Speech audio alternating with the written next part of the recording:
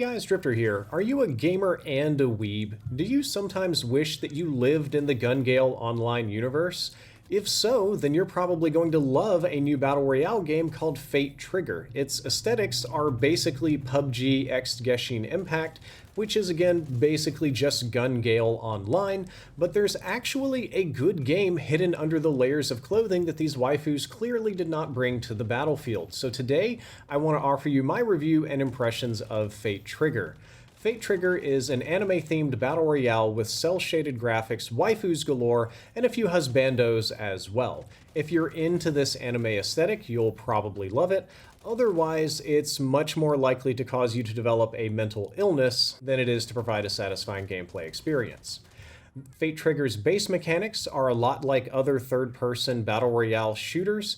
It also has a lot of hero shooter abilities for every single character, and vehicles. Really wonky, unreliable 2017 PUBG style vehicles that we'll talk about later.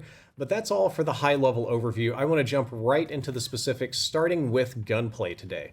First up, Fate Trigger has fantastic gunplay, and I really want to emphasize the quality of the gunplay as being exceptional and easily one of the best aspects of this entire game. Every single weapon is easy to use and it feels very responsive to player inputs. I use sniper rifles, submachine guns, shotguns, LMGs, rifles, and a whole bunch of other things, and I didn't run into any weapon or class of weapons that felt janky or sluggish or counterintuitive or anything like that during my entire play session. The way each class performs makes total sense. SMGs are kinda low damage but high fire rate, they're good up close. Sniper rifles, you want to use at long range. There's nothing super surprising about that, except for the fact that the developers decided to keep it simple. Way too many times people are trying to reinvent what a sniper rifle is and they just make it weird. I do enjoy that the game will snap into first person anytime you want to aim down sights, which is an absolute blessing. I absolutely despise doing whatever alternative versions of ADS that developers come up with for these third-person games. If we're just running on like modern engines or whatever, it's really easy to swap from third to first person for ADS. So any game that allows you to swap to first person aiming from third person is already ahead of the pack in my book. The bullet velocity on the weapons is fairly high for a modern battle royale game. Most battle royale games these days kind of lower your bullet velocity. They want you to lead your shots. Not Fate Trigger. Fate Trigger doesn't really seem to care. It wants much more realistic bullets. So you're only going to need to lead shots for extremely long distance engagements. And I really want to emphasize how little bullet leading you're going to have to do in this game. Up close and personal, it's going to feel exactly like Call of Duty hit scans. Very easy to just hose people. The recoil is overall quite low for most weapons, and damage is a little bit on the higher side.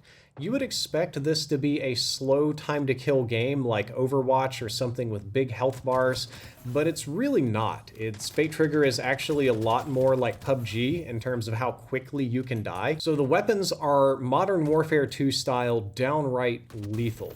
Each weapon can be customized with dozens of attachments that you find on the ground or upgraded at various vending machines around the map if you have credits. I noticed that the shotgun shows you exactly where your pellets hit on the person, which is what Fortnite does, but it's also a blessing because it helps me understand the gun better, and I just wish that more games did that.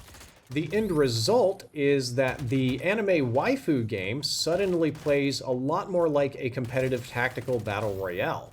Another good thing about this game is that it has a very effective auto-looting system. If you run over a piece of loot that's higher tier than an identical one that you have, it'll automatically swap out for you. And the same is true when you're looting somebody's bag.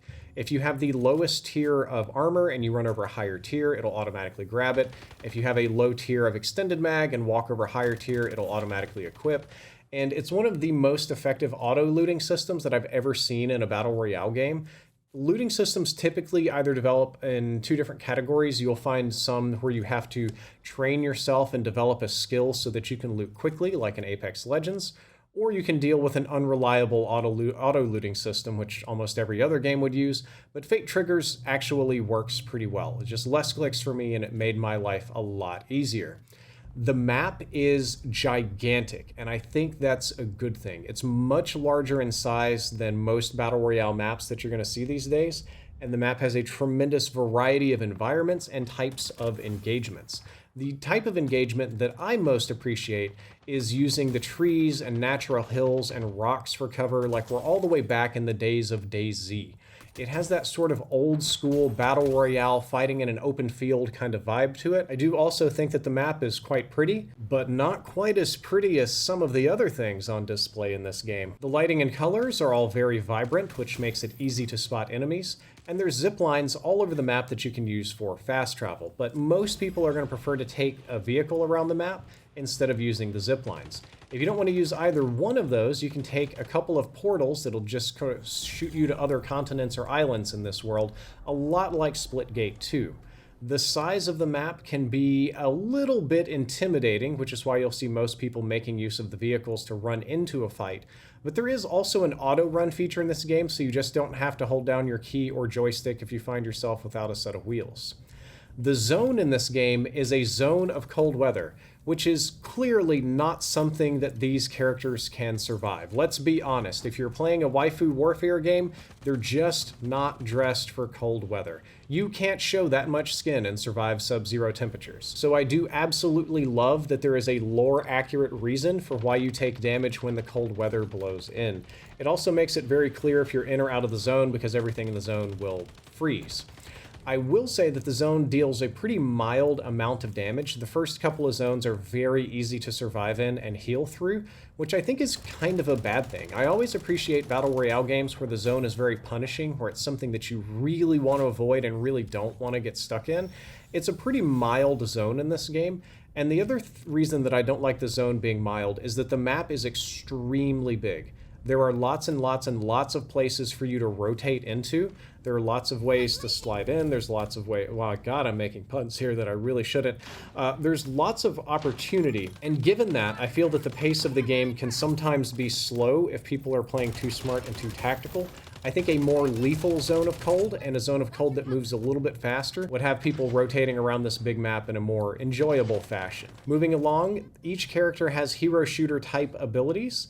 Each one of your waifus or husbandos will have a quick ability, an ultimate, and some grenades that they pick up in the game. This system is nearly identical to that which you'll see in Apex Legends. Quick abilities tend to be dashes, scans, or placing miniature barricades, just something like a little tactical ability. Ultimates tend to be something bigger, call in a care package, throw a large barricade Fortnite style, or throw a large Valorant style visual obfuscation to give your team a little bit of cover. None of these abilities are particularly unique or new to FPS gaming. There isn't anything in Fate Trigger that's going to be unusual in terms of its hero shooter elements. If you've played Apex Legends or Valorant in the last couple of years, all of these abilities will be very, very familiar to you.